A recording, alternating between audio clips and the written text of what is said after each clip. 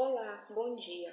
Eu sou a aluna Jaqueline Pereira. Eu e minha colega Frida Maciel iremos dar uma breve introdução ao assunto de equilíbrio químico. Bom, essa disciplina que nós estamos fazendo é Instrumentação para o Ensino de Química, ministrado pela professora Ana Luzia. Bom, primeiramente nós falaremos alguns tópicos que serão abordados no decorrer da aula. Primeiro falaremos sobre o equilíbrio químico, princípio de Le Chatelier e deslocamento de equilíbrio químico, ácidos e bases na linguagem cotidiana, indicadores ácidos e bases e uma atividade de fixação para casa. Bom, primeiramente nós discutiremos o que é o equilíbrio químico. O equilíbrio químico é a situação na qual as concentrações dos participantes da reação não se alteram, pois as reações direta e inversa estão se processando com velocidades iguais, ou seja, é um equilíbrio dinâmico. No texto de reações reversíveis e equilíbrio químico, quando o sistema se encontra fechado, ele acaba por entrar em equilíbrio, ou seja, como já foi dito, quando na reação direta e na reação inversa, como mostrado na figura, estão na mesma velocidade e no mesmo tempo juntos, eles entram em equilíbrio. E no caso também das concentrações, quando há a concentração tanto dos reagentes e dos produtos, eles entram em equilíbrio constante. Agora nós falaremos um pouco sobre temos o equilíbrio homogêneo e o equilíbrio heterogêneo. O equilíbrio homogêneo é quando na reação, tanto os produtos como os reagentes estão no mesmo estado, que seria o estado sólido, líquido ou gasoso. E no equilíbrio heterogêneo é quando há essa diferenciação de estados. Como a gente pode ver, que no primeiro temos o carbonato de cálcio e no segundo há o ácido clorídrico. No primeiro, no carbonato de cálcio, já está no estado sólido e o ácido clorídrico no estado gasoso. Então, a partir daí, a gente já pode observar que é o equilíbrio heterogêneo por conta dessa diferença de fases que há no sistema. Agora nós falaremos um pouco sobre as constantes de equilíbrio.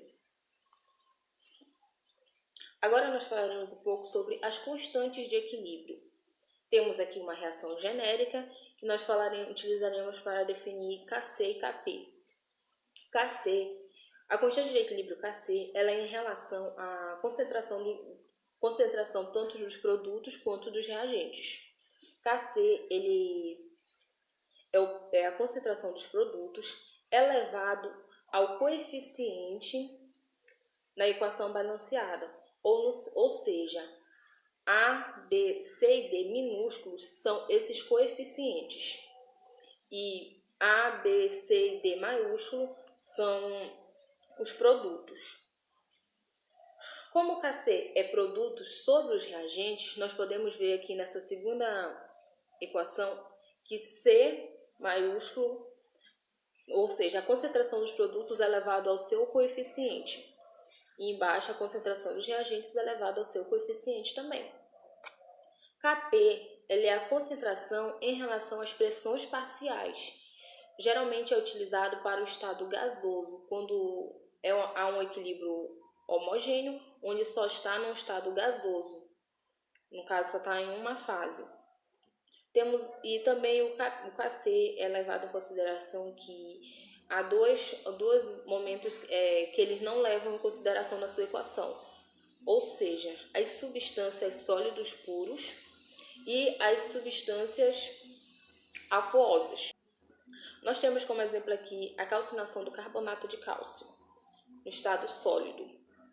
Ele vai formar o óxido de cálcio mais o dióxido de carbono. Como nós podemos observar na equação de Kc, como eu falei que eles não utilizam sólidos puros na equação, eles não levam em consideração por conta do valor que, quando é feita a divisão, há um valor tão desprezível que eles preferem não levar em consideração. Então ficou Kc, concentração de dióxido de carbono, por conta que ele está no estado gasoso. E como os outros estão no estado sólido, Nessa equação a gente não leva em consideração.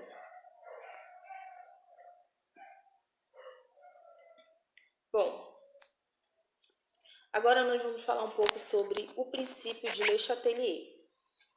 Qual seria esse princípio de Le Chatelier? Quando se provoca uma perturbação em um sistema que já está em equilíbrio, ele se desloca no sentido de que tende a anular essa perturbação, ou seja, ele vai procurar se ajustar para voltar novamente ao equilíbrio em que já estava. Então, Le Chatelier, ele pensou e resolveu estudar essas perturbações que no caso e o que iria ocasionar. Primeiramente tem as concentrações dos reagentes e produtos. Essa é uma das fases que ele resolveu estudar. O que levaria a concentração de reagentes e produtos se entrasse em desequilíbrio, o que isso iria ocasionar no sistema. E também a pressão, quando se há um aumento ou uma diminuição de pressão, o que isso iria acontecer também? O que iria levar para poder voltar a um novo equilíbrio? E também o aumento e a redução da temperatura.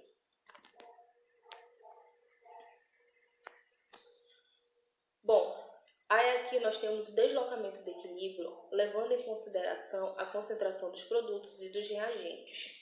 Quando há um aumento da concentração dos reagentes, há um deslocamento do equilíbrio para a direita. E quando há um aumento da concentração dos produtos, há o deslocamento do equilíbrio para a esquerda, para tentar assim ajustar e voltar ao novo equilíbrio. Agora,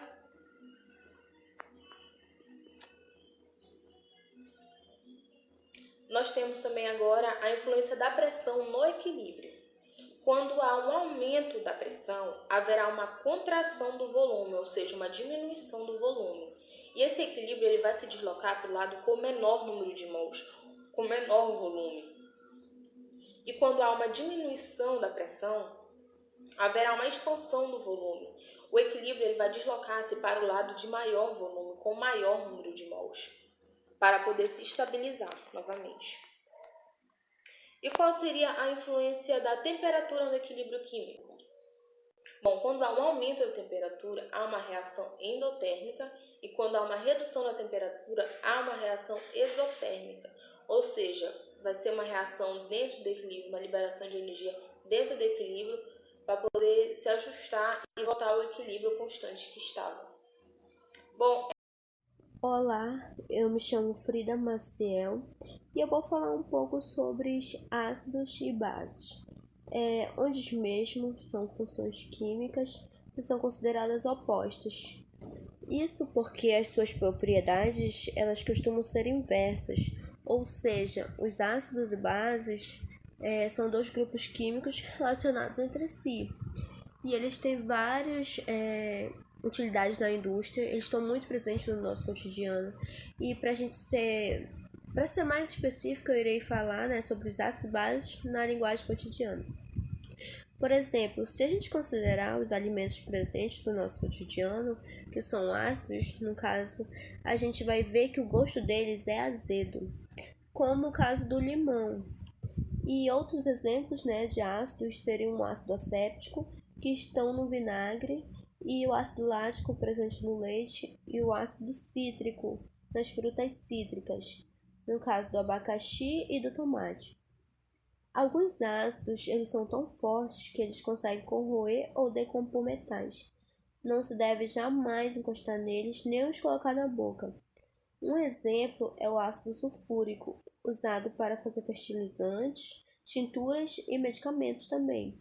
E quando a gente se dissolve um ácido na água, a gente tem uma solução acídica. Já os alimentos que são básicos, né, eles possuem um gosto adstringente que amarra a boca. No caso, como uma banana verde, né, quando você morde uma banana verde, em geral o gosto é bem amargo. E exemplos de bases, no caso, são várias, mas entre elas são o bicarbonato de sódio e o leite de magnésio, né, que estão presentes no cotidiano. E muitas bases, mas são usadas nas indústrias também, e são extremamente fortes como os ácidos e não podem ser tocadas nem colocadas na boca. Um exemplo é o hidróxido de sódio e a soda cáustica. porque eles são capazes de corroer também os tecidos vegetais e a pele de animais. Mas só que apesar desse perigo deles, né, eles são muito utilizados nas indústrias, pois na quantidade adequada, eles entram na fabricação de sabão, de papel e de fibras artificiais. No caso, ele é bem utilizado também no nosso cotidiano, essas soluções, esses elementos básicos, né? E quando a gente combina uma base com água, a gente tem uma solução alcalina ou uma solução básica. E aqui temos a imagem de uma escala de pH, onde o pH ele é representado, no caso, né, de uma escala de 0 a 14, e ela mede a acidez e a basicidade de uma solução, no caso de um alimento, como estão falando do cotidiano, né? E sendo assim, o pH 7, né, ele representa uma solução neutra, no caso aqui a água pura, né? E os que estão antes dele são considerados soluções ácidas, né? E os que estão após o 7 são soluções básicas de pH alcalino, no caso. Feita essa observação, o caráter ácido, ele é crescente da direita para a esquerda, já o caráter básico, ele é da esquerda para a direita. E note que quanto menor for o valor do pH, mais ácido será a solução. Como vocês podem ver na escala de pH, também tem várias cores. Elas também vão definir se vai ser um ácido ou uma base, através dos indicadores ácido e base. E agora eu vou falar um pouco sobre os indicadores, né, ácidos e base. Bom, os indicadores ácido e base, eles são substâncias naturais ou sintéticas. E por suas propriedades físico-químicas, eles apresentam a capacidade de mudar de cor, né, no meio de um ácido ou de uma base. E o sistema dos indicadores é o seguinte: geralmente eles são um ácido fraco ou uma base fraca que tem equilíbrio com sua base, ou um ácido conjugado, respectivamente, né, que apresenta coloração diferente. Aqui temos um exemplo, bem aqui em cima, na letra pequenininha, um indicador ácido H+, um indicador ácido mais um H2O, perdão, e ele vai produzir um H3O+, mais uma base conjugada. O indicador ácido, ele é de cor A e a base conjugada é de cor B. Quando esse indicador genérico entra em contato com o meio ácido, segundo o princípio de Le Chatelier, como foi falado no início da aula, o equilíbrio ele é o deslocamento no sentido de formação do ácido fraco, ficando com a cor A. Por outro lado, se o indicador entra em contato com o meio básico, os íons H- da solução básica, no caso, eles irão reagir com os íons H3O+ do indicador. Desse modo, o equilíbrio ele será deslocado do sentido de repor os íons H3O+, ou seja, para a direita, que também é o sentido de formação da base conjugada, e o sistema adquire a cor B. Para que essa mudança de cor ela seja visualizada a olho nu, né, no caso, ela deve haver uma alteração em 2 unidades no valor do pH. E existem diversos indicadores, como eu já falei, ácidos e básicos, né? E para completar o que eu falei, aqui temos uma frase, né? Os indicadores ácido e base são substâncias naturais e sintéticas que mudam de acordo com o pH do meio. Só para completar mesmo o que eu havia falado. Bom, e aqui temos alguns indicadores sintéticos, né? E dentre vários, porque são vários, né, indicadores sintéticos usados no laboratório, os 3 que eu irei abordar hoje é o azul de bromotimol, o alaranjado de metila e a fenolftaleína, né? O azul de bromotimol, ele é um indicador de pH que na solução protonada e desprotonada, ácida no caso, ele fica amarelo, e em solução básica ele fica azul, e na solução neutra ele fica verde. A sua fórmula química é C27H28Br2O5S. E o alaranjado de metila, no caso, ele é um indicador de pH frequentemente usado em titulações. Ele é extraído de um ceto, isso parte bem interessante. A sua fórmula química é C14H14N3O3 SNA. Bom, quando ele se apresenta na fórmula de sal de sódio, né? Nessa fórmula. E na solução, né, começando a se tornar menos ácida, ele se torna de vermelho para alaranjado. E caso o processo continue, ele se torna amarelo. O processo inverso ocorre para uma solução aumentando em acidez, né? E já a fenolftaleína, ela é um indicador de pH com a fórmula C20H14O4. E ela é frequentemente utilizada nas titulações ácido-base nos laboratórios, sendo que a sua coloração muda de cor, incolor em meio ácido, né, para rosa, e em soluções básicas, se a concentração do indicador é particularmente forte, ela poderá apresentar-se como púrpura em solução fortemente básicas de pH maior que 12, no caso. A coloração rosa da fenolftaleína ela se submete, né, lentamente a uma reação de descoloração e ela se torna novamente incolor. Bom, aqui temos alguns indicadores naturais, né? Os indicadores naturais dos ácidos bases, eles são substâncias que podem ser extraídas de vegetais e mudam de acordo com o pH do meio. No caso da flor da hortênsia, né, as hortênsias são flores muito belas, que elas possuem umas características únicas, né, suas colorações. A coloração dessa flor, ela depende do solo que o comporta. No caso, o pH, ele exerce função nisso. E, em geral, ela está ligada na produtividade do solo, pH, no caso. Os solos, no caso muito ácido, eles podem não produzir bem e por isso que é de costume, né, dos agricultores fazerem queimadas das plantações para neutralizar o pH do solo. Isso só é possível pelo fato das cinzas elas serem produzidas, né, alcalinas, serem básicas. Mas o que se refere às hortênsias do pH, né, as plantas em solos alcalinos com pH elevado produzem com coloração rosa, e já as que se encontram em solo ácido com pH inferiores são da cor azul. No caso do repolho roxo, soluções contendo seu extrato, né, como indicador de pH, a solução presente nele que faz com que mude de cor o ácido e a base é as antocianinas. Esse indicador está presente também nas seivas de muitos vegetais, como tem também as uvas, jabuticabas e muitos outros, ele está presente. Em relação ao hibisco, ele é um importante indicador natural, ele é obtido a partir da folha, né, do hibisco. O hibisco ele é muito conhecido também como Ninho de Vênus. Ele é uma espécie botânica arbustiva e é originária da Ásia, né, e do Havaí. Eles são da família das malvas. As substâncias que são responsáveis pela coloração desse tecido vegetal são as antocianinas, né, pigmento das classes flavonoides encontrados nas flores vermelhas, azuis e púrpuras. Bom, e para finalizar a nossa aula, né, temos aqui uma curiosidade que é sim o açaí como indicador ácido e base. Então, o açaí, que é uma fruta muito querida, né, da região norte, é uma fruta, um alimento muito procurado pelos nortistas.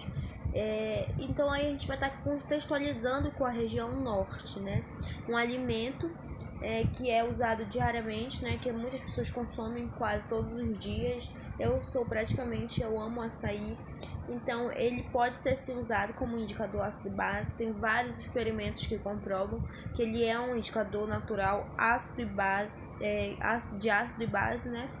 Porque na sua composição ele apresenta a antocianina, né? Como eu já falei, ela é uma substância que em meio ácido e base, né? Ela muda a coloração. Então, o açaí ele tem essa composição, na composição dele tem a antocianina, então ele pode ser sim um indicador ácido-base, né? E é uma curiosidade muito legal. E para a gente finalizar, temos aqui uma atividade complementar, que no caso eu vou estar aí pedindo um relatório para vocês. Vocês vão ter que formar 6 grupos. Podem estar mandando para o meu WhatsApp, pode estar mandando para o meu e-mail. Os nomes, né, dos alunos que vão compor esses grupos, e eu vou pedir para vocês estarem pesquisando indicadores ácido-base natural que vocês usam no caso no dia a dia de vocês Quero que vocês contextualizem também, que seja da região norte, né, que nós usamos no nosso dia a dia. Vou estar pedindo aí para vocês fazerem o relatório. E eu vou estar aqui pedindo os seguintes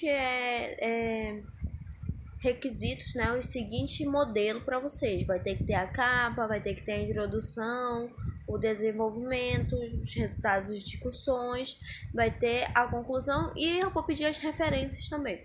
Então vai ser todo padrão e vai ser uma atividade complementar, tá ok?